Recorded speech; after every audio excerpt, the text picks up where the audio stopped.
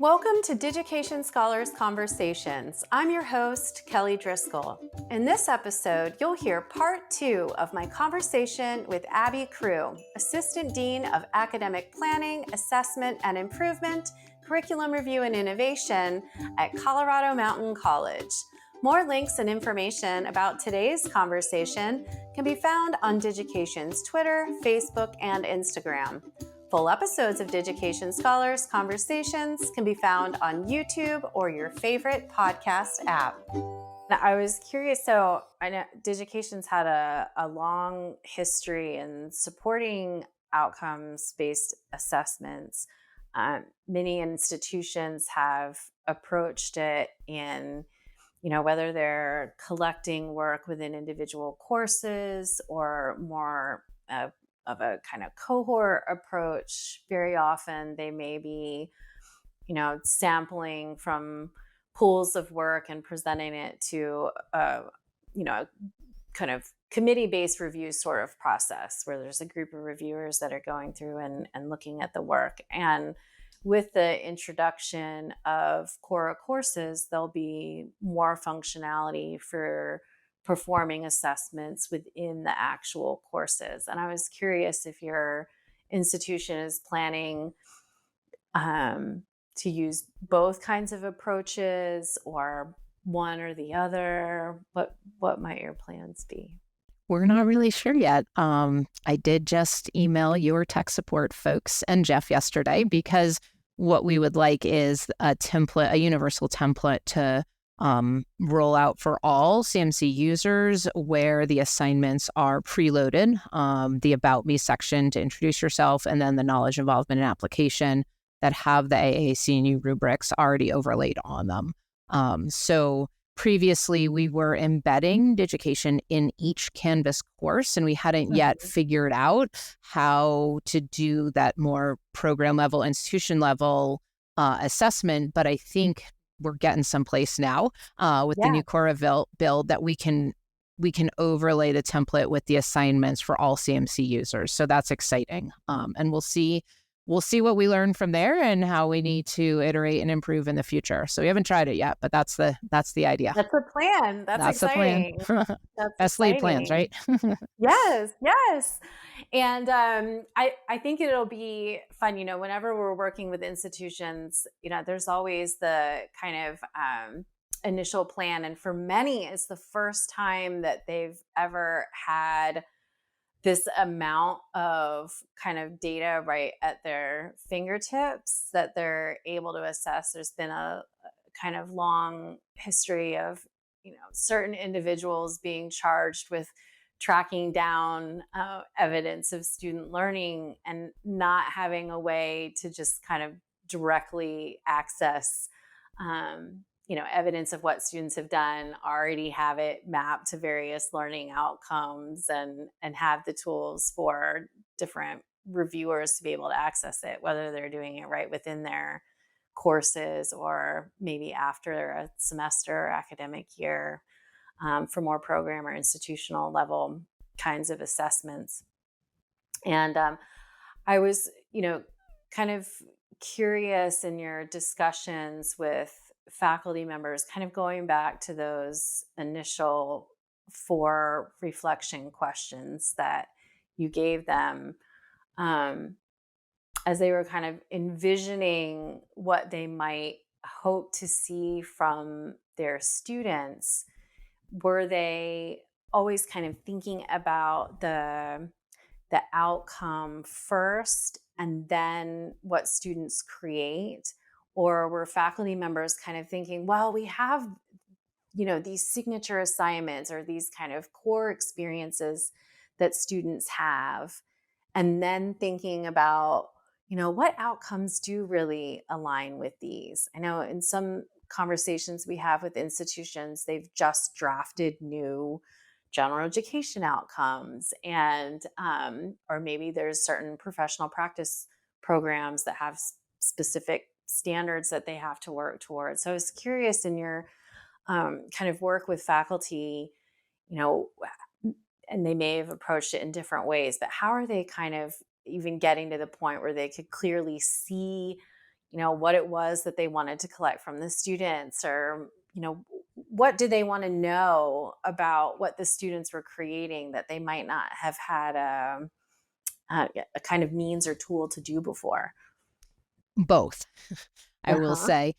Through our 4-question authentic assessment um, protocol, faculty are asked to reflect on the outcome that they're assessing, the artifact that they used, and then how they knew kind of what the students did or didn't do, kind of what their benchmark or expectation were, and then improvements in the future. And so the evidence that we've created or that we've collected to answer that question is that improvements, answers to the improvements question are both, I need to scrap that assignment, and I Mhm. need to better articulate how this assignment aligns with this learning outcome. So, Mhm. like, we have received answers both and, Yeah. which is great. And so also I really do rely heavily on the work of Winkelm.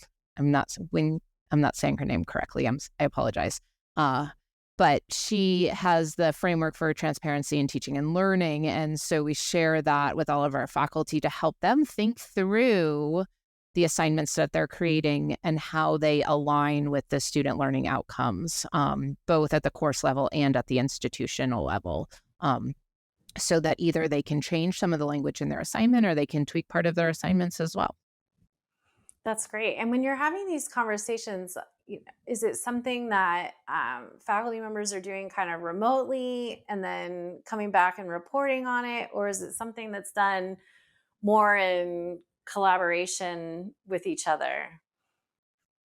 Again, both and. So we have Mhm. 11 campuses across like 200 square miles in mountainous Colorado with passes and canyons and everything in between. So, our organizational structure is a little different. We often don't have any full-time faculty in some of our departments. Large 2/3 of our classes are taught by adjuncts, many in area high schools as well. So, when we are able to come together as a faculty body, it's really a special experience because so often we are an N of one. And we do try to share our information as broadly as we can, which includes road shows and a lot of effort on our part, and also virtually and leveraging virtual meetings to bring folks together. So, kind of all of the above, Yeah. both And on the it's campus and within the department. That's great. And it sounds like, and this may be a big part of your role too, that there seems to have been this kind of culture that's been created where faculty members do feel comfortable sharing that they may not have all of the answers at the onset, so that there's still this kind of open dialogue about what assignments they may have that are working, assignments that they have that maybe aren't working yet, or that they had high hopes for but need to be tweaked in order to get the kind of results that they're looking for. And I was curious, is that something that's always been kind of in existence since you've been at Colorado Mountain College, or do you feel like it's something that maybe is starting to emerge because of the conversations that have been happening around the general education outcomes or institution outcomes, and maybe some of the changes that have been happening as a result of more integration of the high impact practices? I think that all change starts with relationship building. And I have been at Colorado Mountain College for 12 years. And I am in year 2 of my brand new 8-word title. So, Yeah. prior to um, this position that I am in now, I was an adjunct faculty member. I was also department chair. So, I had an understanding of the inner workings of the institution. I Mhm. also had relationships with many of the faculty as department chair. So, um, I think that they're like COVID also changed pedagogy in so many ways where, there was trust building and there was vulnerability and there was a disclosure of like, I have no idea what I'm doing. Can we all help each other? And the students feel the same way. And so I think that when we are able to model vulnerability and we're able to show up in these ways that cultivate trust and it's safe to fail and to iterate and improve, then we all learn and grow, and our students and really our own professional practice is to benefit from it, right? So I I would say it's not new. I would also say it's based on a long history of relationship cultivation. Mhm. Yeah. And I was curious too. So, in your own teaching, you mentioned that classes just started yesterday. Thank you for spending time with me right at the beginning of the semester. Um, so, I was curious: is that something that you kind of speak to when you're working with your students, also, or maybe is that something that informs your approach as an educator as well? For sure, and as I shared earlier, I always think of the Hair Club for Men quippy title, like, I'm not just the president, I'm a user too. So when I kind of wear the admin hat of like, "You should have ePortfolio in your class, here's how awesome it is. Here's how I used it in my class," right? Like, in my new role, I have the privilege of teaching one class a semester, and they are my very favorite classes to teach. And I get to try out new things and see what fails and hear from students about how to improve my instruction and or tweak an assignment. And that I think goes a long way because I'm in it. I'm like in it with the faculty doing what I'm asking them to do as well. So we can all learn and grow together. Yeah. And so what are some of the things that have happened with your students as a result of using ePortfolios in your own teaching? So I've had students really excited to share their learning with their family and friends outside of the space of the classroom. I have students doing just remarkable projects, and here's a platform for them to celebrate their work. So that's been fun. I haven't yet heard of a student getting a job from ePortfolio, but just wait, I know it's coming. Our Yeah. business faculty are super excited to integrate ePortfolio in all of their internship classes this fall. So I know Nice. that it will go far and wide in job placement as well. I just don't have the data on that yet. Check back Yeah. with me next year. Oh, yeah. We should chat again. And we have some other really great conversations that'll be published soon about internship specific kinds of work that are happening at other campuses as well. So we should definitely stay in touch on that front. And I was curious if there was anything that maybe surprised you in what some of your students might have shared within their ePortfolio, whether it was maybe some kind of challenge that they had had, or and you don't have to talk about specific students, but have there been any kinds of reflections that made you kind of step back and say, "Oh, wow, this is something that you hadn't really anticipated, but that the students kind of brought into their story about their experience, whether it was something happening at the institution or outside."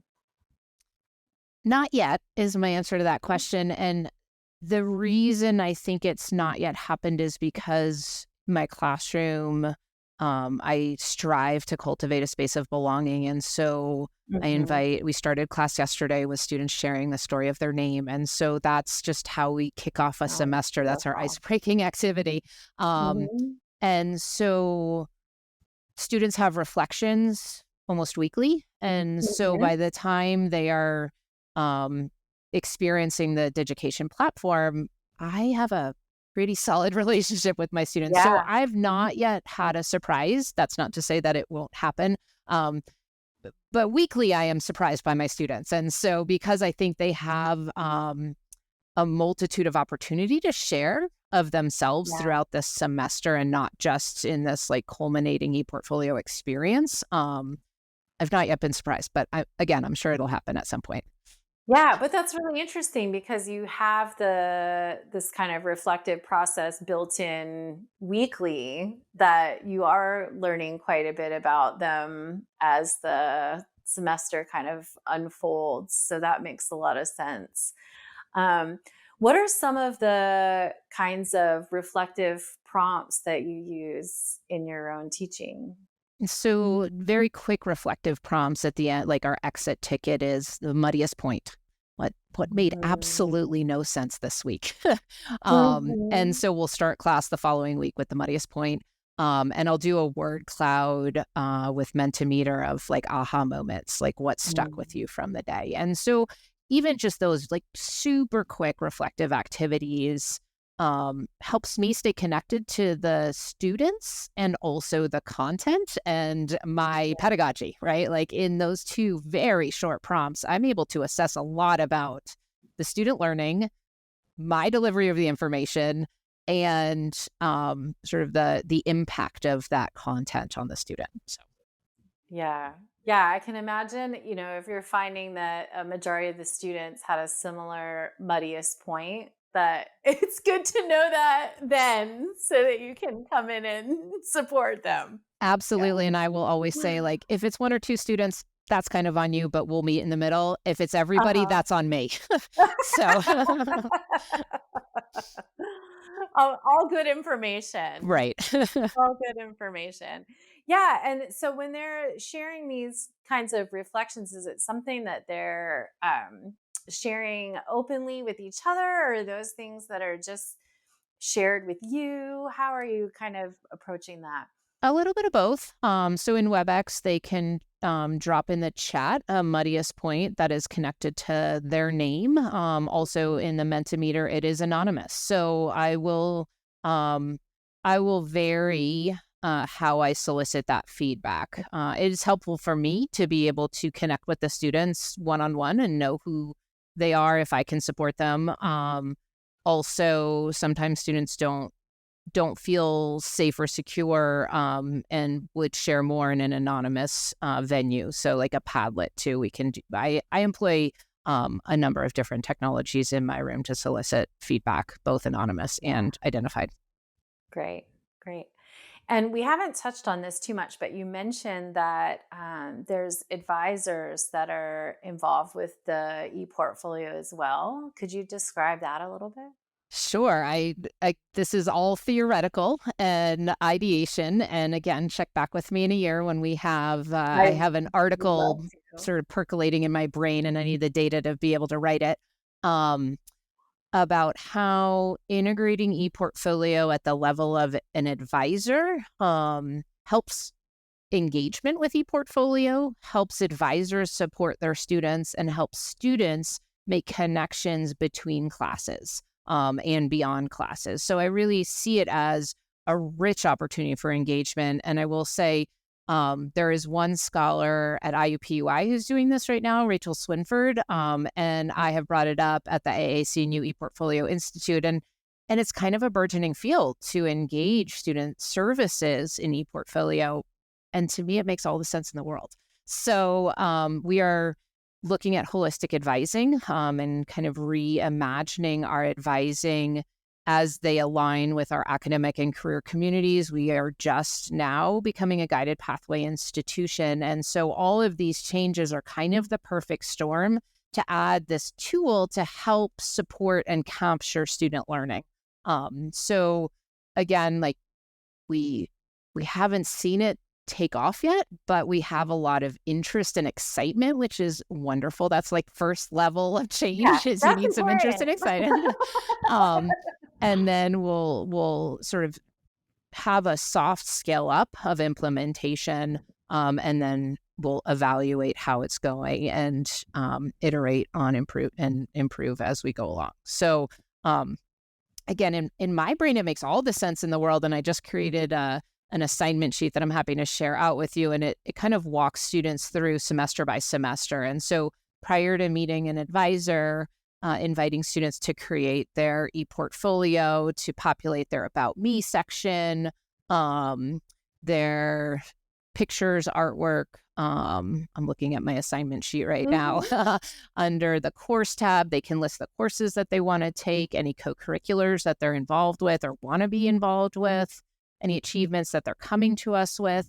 And then this is just an opportunity for an advisor to get to know their advisees on a deeper level and allow their advisees to share of themselves in like a really, I think, kind of special way. And so then Yeah. upon the completion of their first semester, the invitation is to upload an artifact of their work that aligns with the institutional student learning outcome of knowledge, and then explain how and why that artifact demonstrates one of the competencies within knowledge involvement and application. And I kind of walk through those instructions semester by semester. So the advisor and the ePortfolio is that through thread for an entire student experience. So it's like a living curriculum. And the other thing that I love is that it allows for growth in real time. So a student can leave 4 semesters later and look back at who they were when they came in. And that Yeah. timestamp is like demonstrable growth, right? Like I have a 5-year-old who grows every night, and this is like an 18-year-old's trajectory or a 44-year-old's trajectory. Um, Yeah. and they can say like, yeah, that was worth my time and money. Look how much I've changed because of this experience. Like that's kind of awesome. And that's what we hope for. Yeah. Yeah. Well, that's wonderful. And I do think, in terms of going back to relationship building again, that the for the advisor to have all of that information about the student, maybe even before they have some of those first conversations together, I think would just make it so much more meaningful on both sides. I know very often that students have very little kind of face time with their advisors, and if they can get certain things kind of embedded into their conversation before they're even together, I mean, I think could just go so much further. And that is my hope, that it's less of a transactional experience and more of a Yeah. transformative experience. It also allows for kind of the affinity groups, especially within our pathways. Right now, our advising model is really campus based. And so there's some limitations with that. There's some assets to that as well. But this opens up an opportunity for students to find other students who have similar trajectories and or different ones and can leverage Mhm. strengths and weaknesses within those affinity groups too. So it's just another way to get to know our students and to celebrate all their accomplishments. They're Yeah. amazing. They impress me every single day. Every day. Yeah. Oh, I feel that too. Whenever we're looking at these portfolios that they've created, it's just incredibly inspiring.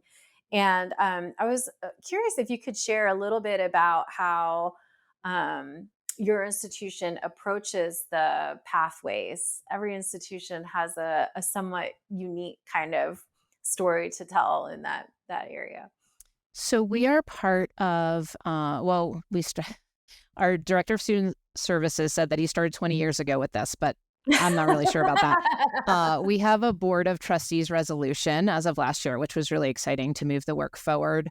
So we have 7 academic and career communities. And what we were trying to do within those academic and career communities was align kind of the stackable credentials, if you will. So we have certificate programs that share kind of a common core that's scaffold into an associate's programs that feed into a bachelor's program. So Hmm. students can explore with guardrails and not waste time, credit, or money in their exploration. So that was our approach to our guided pathways. And we have a model set up right now, and certainly we will continue to examine and improve upon the alignment that we have both within the academic and career communities and between them. And so we're looking at our gen ed core right now as well. There's many institutions that are in that same position, and that's part of why this work is so important. And I think it's bringing a lot into the light that needs to be reviewed for the benefit of the students and the institution. So it's all part of the process. I think that, you know, I would like to say the majority of institutions are well-meaning and there to serve students. And along the way, sometimes these things get created and may not have the level of attention that they deserve. And it's important to just kind of have those conversations and keep, moving the institutions forward and innovating in the way that your institution is continuing to do under your leadership. I think it's a very honest and open conversation that a lot of institutions need and should have.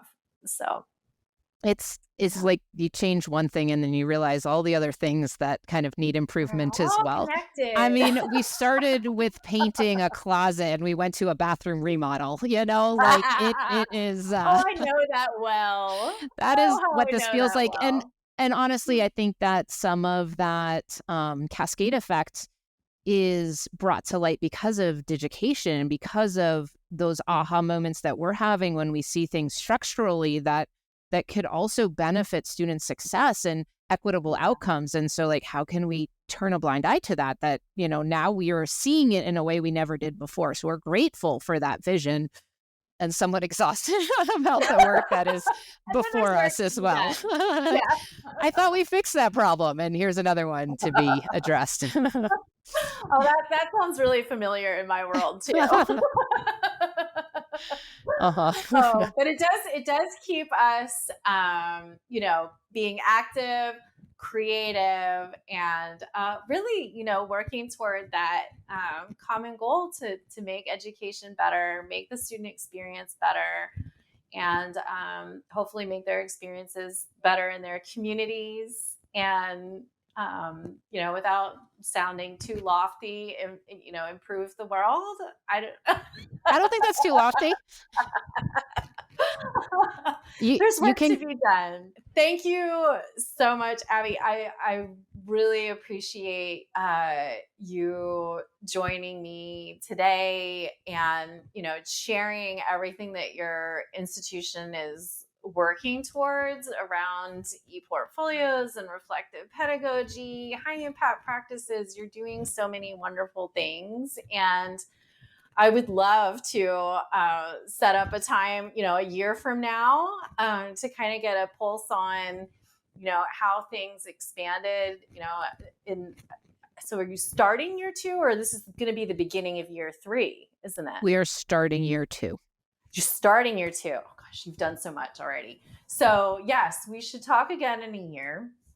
And then we can follow up with listeners on everything that you were able to accomplish and using some of the new course and assessment features that are available in Digication Cora, and all of the wonderful ePortfolios that your students are going to be continuing creating as your kind of implementation expands at the campus. And I'm really excited about this incorporation of the advising. I've also always felt like it has such a wonderful fit within any kind of student support, student services oriented areas within the campus. It has a lot of value. I think anytime students are able to share their story and lend to that kind of relationship building in different parts of the institution, the better. So thank you again for joining me today, Abby. You are welcome. Thanks for having me. Talk to you soon. Sounds good. Bye. This concludes our conversation. To hear our next episode, be sure to subscribe to Digication Scholars Conversations on YouTube, iTunes, Spotify, or your favorite podcast app. The Digication Scholars Conversation series is brought to you by Digication, a technology platform powering the most innovative ePortfolio programs in K-12 and higher education. Our website can be found at digication.com. If you enjoyed today's conversation, please like, subscribe, and share with a friend. Thanks for tuning in.